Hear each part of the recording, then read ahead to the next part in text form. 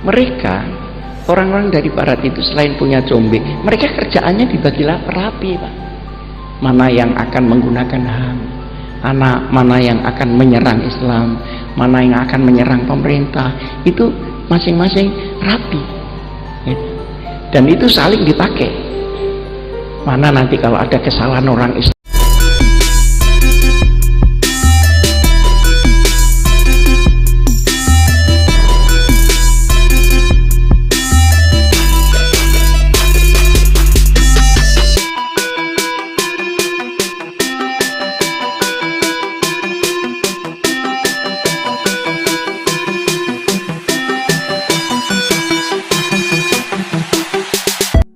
tahun 1990 komunisme internasional runtuh. Setelah dia berdiri tahun 1920, jadi umurnya cuma 70 tahun, hancur dia. Hancurnya ini bukan karena perang, hancurnya ini adalah karena susupan ideologi barat dimasukkan ke daerah komunis, sehingga berubahlah pemikiran komunisme di timur itu. Nah, setelah hancur ini, yang hancur tiga hal. Pertama, daerah kekuasaan ini mereteli semua. Uni Soviet menjadi Rusia saja, asalnya banyak. Yugoslavia yang asalnya negara sekarang sudah tidak ada peta Yugoslavia itu. Yang ada hanya Serbia dan Kosovo, dua daerah suku. Jadi yang asalnya Syiat menjadi Qabilah.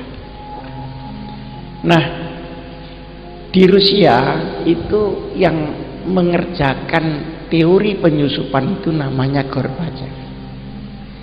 Yang di Cina namanya Deng Xiaoping. Yang di mana Yugoslavia namanya Lech Wałęsa. Nah, alhamdulillah saya tidak pernah ketemu Deng Xiaoping karena sudah duluan meninggal, tapi yang dua yang lain saya ketemu. Nah, subhanallah, hancurnya komunisme oleh barat itu ternyata tidak ada untungnya untuk barat. Pertama, ekonomi barat ini terus turun setelah menang itu. Jadi ada orang menang tambah melarat ya barat ini. Ekonomi Eropa rusak, ekonomi Amerika rusak. Bahkan sekarang Amerika sudah mulai ketakutan tergulung oleh ekonomi Cina yang dikalahkannya itu. Dan perkara pertentangan Soviet Cina dengan Amerika jalan saja terus di dalam perebutan pengaruh di Timur Tengah dan sebagainya. Jadi dia sebenarnya nggak ada untungnya. Nah, subhanallah, diam-diam yang untung itu Islam.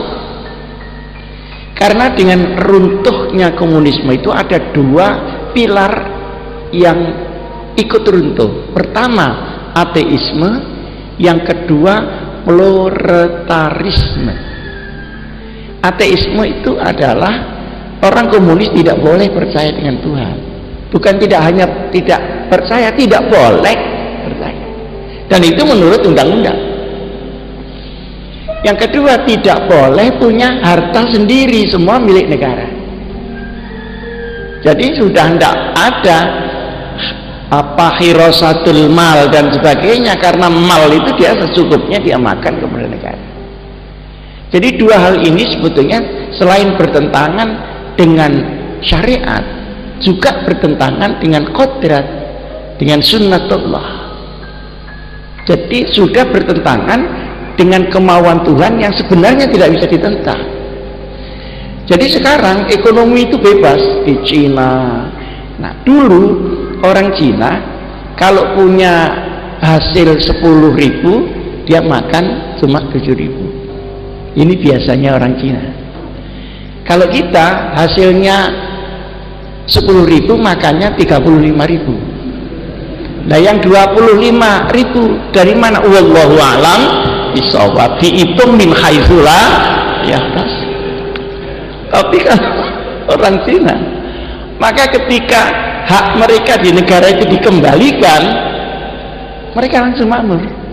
Yang 3.000 itu kembali. Nah, mereka semangat bekerja. Sekarang di mana-mana ekonomi dikuasai Cina, di mana-mana, sampai kepada Afrika yang paling tengah. Nah, kemudian masjid, gereja, baik gereja Katolik maupun Ortodok itu dibuka di Rusia. 125.000 gereja Ortodok dibuka, 78.000 masjid dibuka kembali. Nah, di tengah-tengah kota Moskow itu ada 60 hektar tanah yang diberikan untuk Islamic Center dari Rusia. 60 hektar di tengah kota Moskow, di dekat Tiananmen, di dekat lapangan merah. Di sana namanya ada Red Square, itu lapangan merah. Jadi wa makaru wa makarullah wallahu khairul makirin. Jadi embrio Islam itu sudah mulai tumbuh. Sekarang anak-anak Rusia sudah belajar ke Indonesia dan sebagainya untuk belajar Islam. Nah,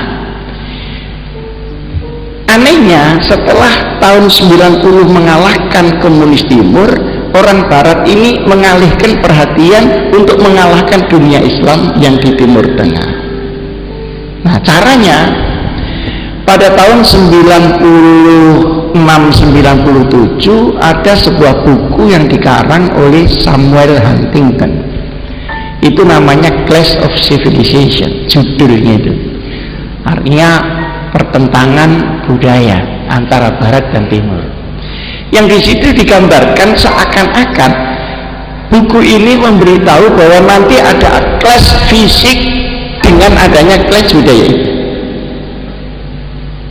Sehingga setelah saya baca, saya tidak percaya bahwa itu adalah clash budaya. Yang benar adalah clash of interest. Ini seperti suatu warning, suatu isyarat bahwa akan terjadi benturan antara barat dengan timur tengah dan dunia Islam.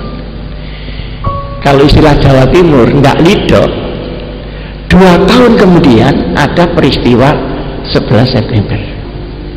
11 September itu katanya Amerika, pesawat Amerika dibajak oleh orang lain untuk ngebom dua menara kembar itu. Saya juga mikir, karena saya ke sana.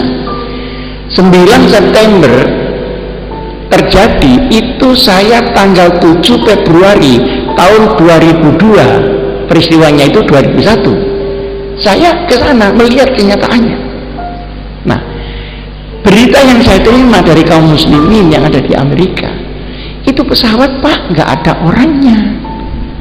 Yang kedua, nggak ada jendelanya. Yang ketiga, black box-nya itu nggak pernah ketemu. Bagaimana ini bisa nabrak? Gitu. Lalu gedung itu runtuhnya ke bawah, bukan ke samping ini. Coba runtuhnya ke samping, maka seluruh New York akan hancur. Karena pencakar langit itu jaraknya cuma 10 meter, 15 meter, gitu. Turun ke bres, ini ke bawah. Dan 3.500 orang Yahudi yang mestinya kerja, hari itu semua tidak masuk kerja. Nah, sehingga banyak spekulasi, ini sebetulnya siapa? 2 bulan setelahnya, George W. Bush kemudian mengumumkan bahwa ini kerjaan Al-Qaeda. Kerjaan Al-Qaeda. Manhum Al-Qaeda. Al-Qaeda itu sebetulnya bikinan Amerika ketika dia menghadapi Uni Soviet. Tetapi ketika Uni Soviet sudah dikalahkan, ini Al-Qaeda menjadi kekuatan militer luar biasa yang menakutkan, maka harus dihancurkan terlebih dahulu. Di samping untuk tidak membongkar borok-borok dari barat di dalam perang dingin itu dengan Amerika, maka dibomlah Afghanistan. Tapi sebetulnya yang menjadi tujuan adalah Irak, karena dia berpotensi minyak, dia berpotensi untuk membuat gerakan langsung kepada Israel. Udah, akhirnya kalah itu negara-negara yang diserang itu. Tapi subhanallah, inilah yang menjadi pikiran kita.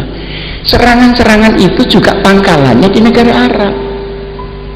Serangan pertama juga dari pangkalannya dari Saudi. Serangan yang kedua di Irak juga pangkalannya dari Saudi. Nah, inilah yang menjadi muskilah di kalangan umat. Nah, kemudian udah dikalahkan. Sekarang ini ada gerakan juga untuk menghancurkan dunia-dunia Islam itu. Nah, tetapi tidak menggunakan militer karena terlalu mahal. Militer itu satu hari $1 miliar, sehingga harus urunan dengan negara Arab sendiri yang kaya. Nah, lalu dipakailah cara-cara seperti yang di Uni Soviet itu. Dibuatlah pemberontakan-pemberontakan di Libya, di Tunis, di mana Mesir. Sekarang yang paling mengerikan itu di Syria. Kemarin baru Syekh Wahbah Zuhaili doktor datang ke rumah saya 2 hari. Ya, sepertinya meneteskan air mata karena ulama di sana terbelah. Ada yang pro pemerintah, ada yang pro pemberontak. Nah, ini nanti berakhir dengan bagaimana? Yang pemberontak ini dibantu oleh Amerika, CS. Yang pemerintah dibantu oleh Cina, oleh Uni Soviet, dan oleh Iran. Tapi siapapun yang membantu, kan tetap korbannya orang Syam. Tetap korbannya adalah umat Muhammad Rasulullah SAW. Nah, jadi ini adalah kerjaan-kerjaan. Tapi subhanallah lagi, negeri-negeri yang dijatuhkan dalam tanda petik tadi itu akhirnya yang muncul itu gerakan Islam. Jadi di Libya yang tidak suka dengan Gaddafi karena diktator, sekarang partai Islam yang paling bagus memimpin. Selamanya berpuluh-puluh tahun Ikhwanul Muslimin itu tidak pernah berhasil memimpin Mesir. Loh, setelah sekarang ini memimpin Mesir. Padahal Mubarak yang dijatuhkan itu sangat pro Israel dan sangat pro Amerika. Jadi saya tertarik, ini ada tulisannya Habib Rizik, saatnya Islam memimpin dunia. Saya kira tanda-tandanya adalah Islam sebagai ajaran, sekalipun belum Islam sebagai komunitas umat Islam. Jadi Islam sebagai syariat. Kenapa? Karena selalu ada masafah bainal Islam wal muslimi. Al-Islam ya'lu wa la yu'la alai, itu Islamnya. Kalau musliminya ya lihat potongannya. Kalau potongannya bangsa hermeneutik begini, kemudian mengaku Islam, dari mana kuntum khaira umat? Oleh karenanya ada inna akramakum indallahi, berarti kan ada tingkatannya.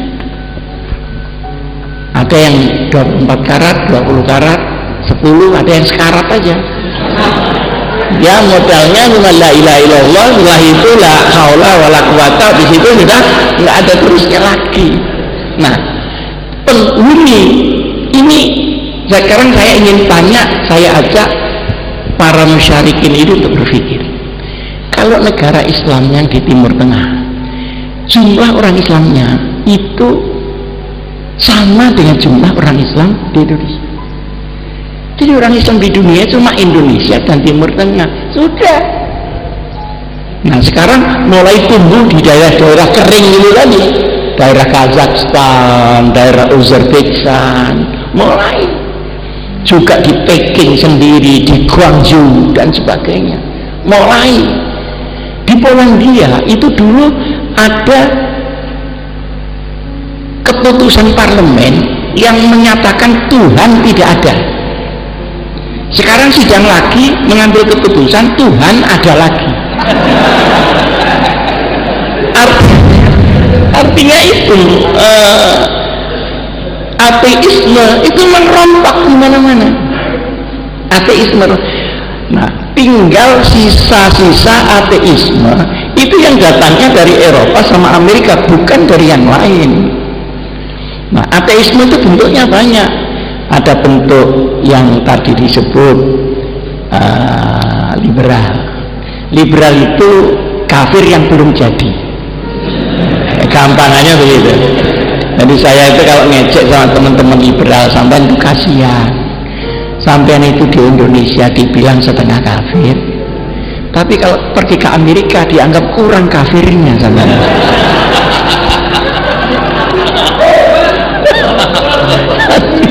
Jadi umpama jelas ini setengah penuh ini.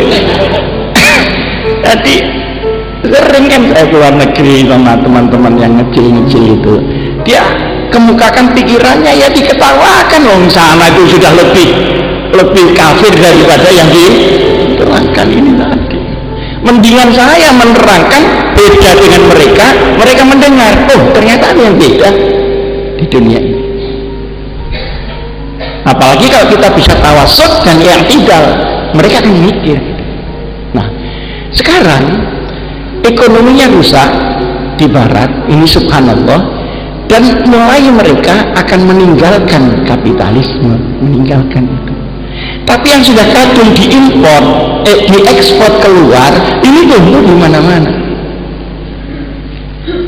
Tapi sebetulnya orang barat sendiri sudah bosan dengan kapitalisme yang sekarang ternyata runtuh, dan sudah bosan dengan ateisme yang membuat orang menjadi kehilangan kemanusiaan dan kehilangan hati nurani. Nah, kita sedang menuju kepada kesana. Ini kan telat mikir namanya kita. Juraganya sudah bosan gitu. Lebih ini kok saya meregepi gitu.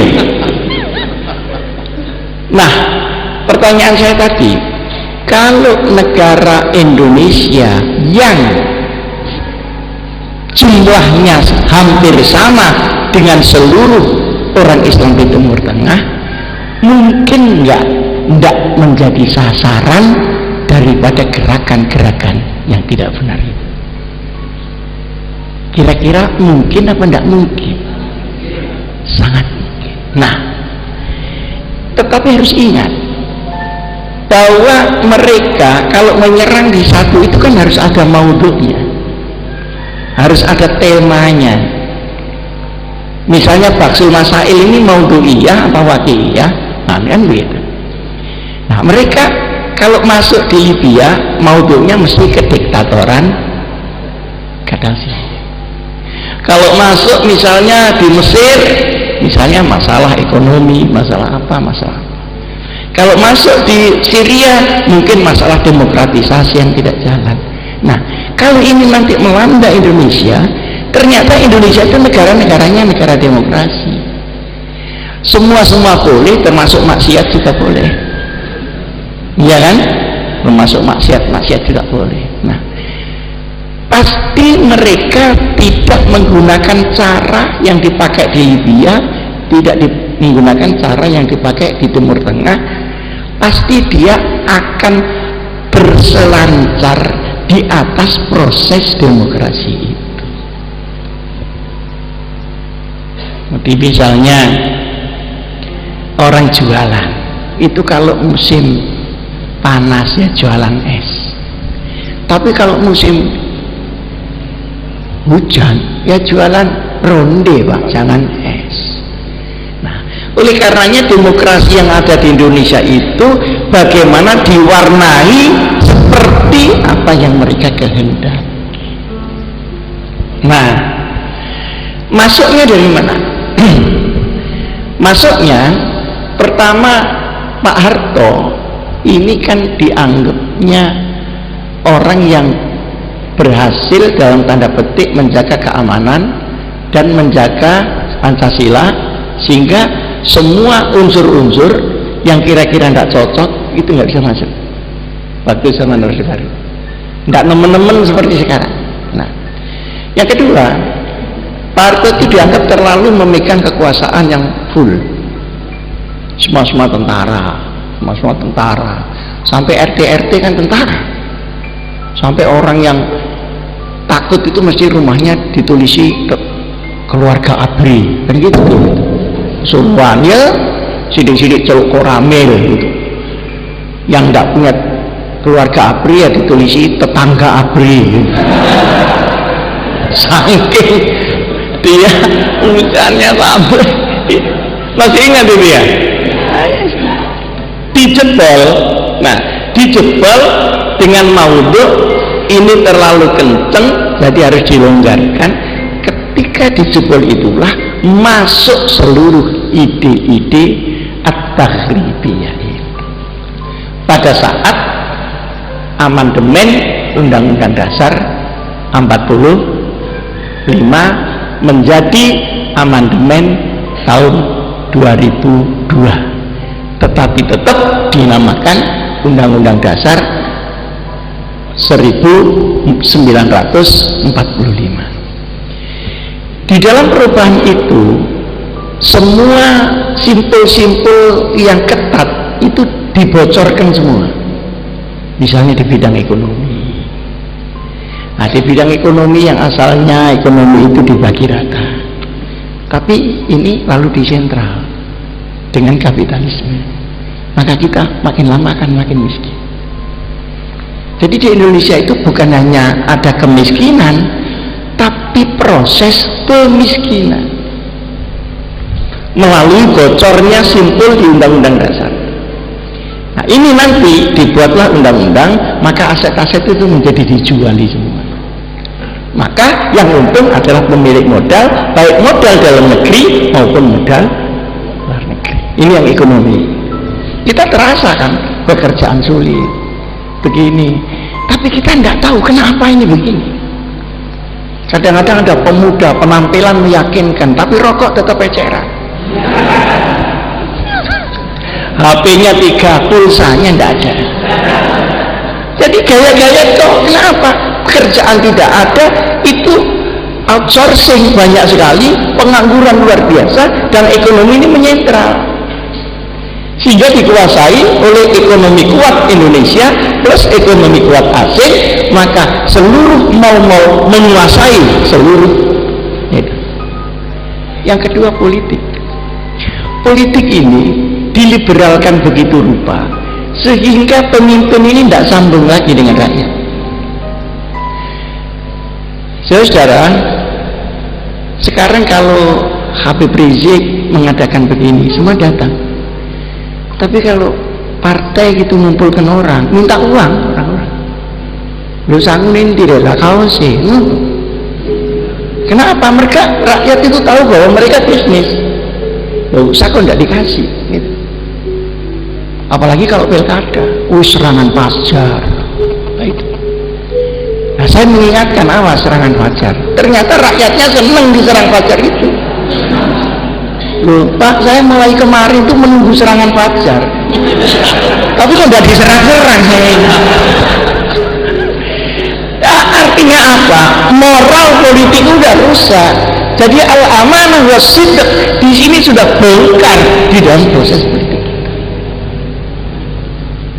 Sehingga kalau sampai milih itu tidak bisa nitip apa-apa kepada yang dipilih pun juga tidak pernah ingat siapa yang milih.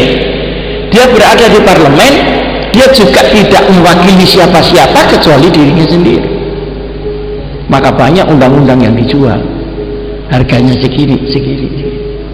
Nah, kenapa saya ngomong ini? Karena ini tempat aturan perundangan yang progresif itu adalah tempat untuk berlindungnya umat ini semua. Nah, kalau undang-undang sini jebol setiap hari, kita ini kan seperti menahan banjir tapi dihilir, sementara hulunya terus ngirim banjir. Nah, sekarang di bidang pendidikan. Nah, pendidikan itu ada tapi akhlak tidak ada. Belum lagi bicara akhlak Islam, akhlak Pancasilanya enggak. Yang ketuhanan yang Maha Esa ganti keuangan yang Maha Kuasa.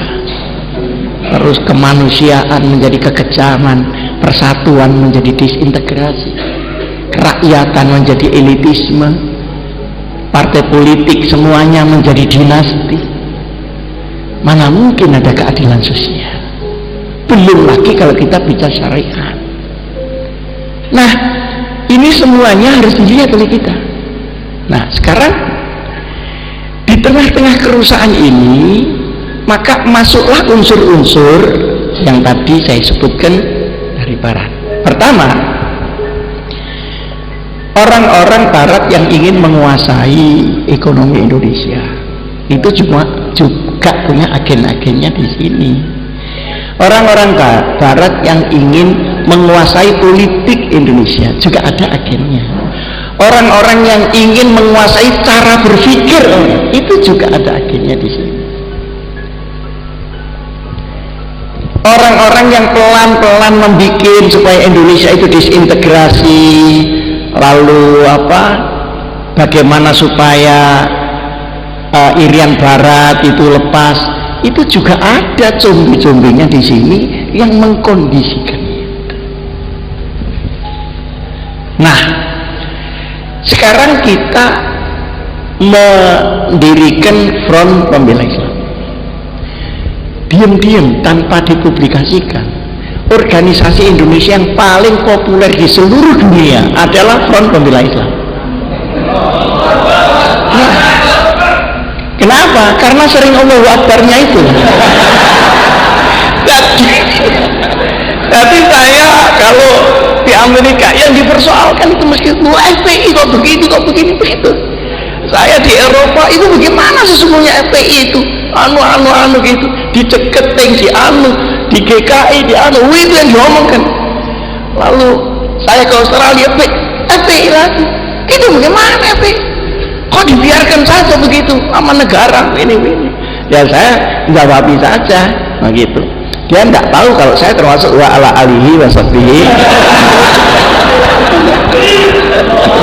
Saya jawab biasa, pelan-pelan itu saya jawab. Nah, jadi nggak ada orang luar negeri nyebut misalnya partai. Kalau NU itu ya disebut karena saya datang. Tapi kalau saya tidak datang ya nggak disebut. Nah, kalau FPI nggak ada Habib Rizik itu disebut terus. Itu. Nah, artinya apa? Basis daripada agama yang akidah syariah ini juga dianggap FPI sebagai benteng yang terakhir. Dia pengen sekali ini jebol. Oleh karenanya sekarang kita harus juga berpikir, selain kita menegakkan kebenaran, bagaimana cara kita menegakkan itu. Bahwa nas-nas di dalam Quran dan hadis sudah jelas, kita berkewajiban untuk melaksanakannya. Dan ketika itu untuk diri kita sendiri, tidak problem, tinggal kekuatan kita melaksanakan seberapa. Tetapi kalau ini kemudian kita harus perjuangkan keluar, maka kondisi lapangan ini harus diketahui. Kalau tidak diketahui, akhirnya ngenakan mereka. Saya kan sudah beritahu. Kenapa saya ini selalu memberitahu, Mas, saudara-saudaraku kaum muslimin, jangan melakukan terorisme, baik secara terbuka maupun tertutup. Saya selalu bilang, kenapa? Menguntungkan mereka, Pak.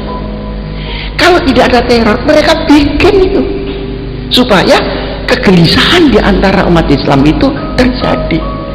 Dan di sini ada yang menjual, Pak. Sana. Maka jangan lakukan kesalahan di mana kesalahan itu menjadi alat pukul mereka untuk memukul umat Muhammad Rasulullah sallallahu alaihi wasallam.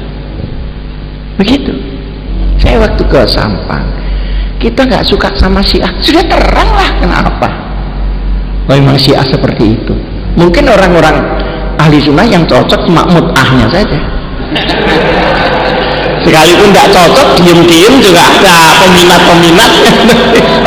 Ya, tapi lain-lain nggak suka lah mengenai masalah imamah, masalah ahlul bait dan sebagainya, sama beda. Loh, tapi jangan melakukan hal yang kira-kira itu melanggar hukum sehingga orang-orang combe-combe tadi teriak-teriak dan melaporkan ke luar negeri untuk dipukul kembali negara Indonesia ini. Jadi kalau saya teriak-teriak itu bukan saya membantu Amerika, Pak. Saya tidak ingin bahwa Islam melakukan sesuatu gol bunuh diri, sehingga yang untung itu dia, padahal dia nggak nyepak, kita yang nyepak, dapat ya 1-0, kita bunuh diri lagi 2-0. Nah, kalau saya seringkali juga kalau ada konflik gereja datang, itu kan saya lihat ini soal agama, apa soal politik yang diagamakan, apa soal ekonomi yang diagamakan, apa soal kepentingan di belakang itu ada, itu diteliti. Nah, oleh karenanya maka saya menghormati FPI ini pada basis akidah dan syariah ini. Tapi bagaimana cara membawakannya? Ini kita harus mempunyai peralatan-peralatan yang cukup dan luas. Misal saja, ini usul bukan menggurui ya, usul. Di FPI ada tim atau badan yang mengkaji kondisi nasional. Karena begini Pak, mereka orang-orang dari barat itu selain punya zombie, mereka kerjaannya dibagi rapi Pak. Mana yang akan menggunakan HAM, mana yang akan menyerang Islam, mana yang akan menyerang pemerintah, itu masing-masing rapi. Dan itu saling dipakai. Mana nanti kalau ada kesalahan orang Islam, dia yang mengekspos dan sebagainya. Kalau ada kesalahan orang barat, dia yang siapa yang bagian nutupi. Satrul aurah lah. Itu diatur secara rapi. Nah, ini juga melibatkan kelompok agama. Cuma saya tidak mau menyebut kelompok agama mana. Kelompok agama yang mengkondisikan ruwetnya Indonesia ini. Nah, oleh karenanya perlu ada kajian. Nah, kajian ini tidak usah diekspos. Kajian ini untuk mengkaji bagaimana pengaruh barat di sini, apa saja kerjaan LSM itu dan sebagainya dan sebagainya.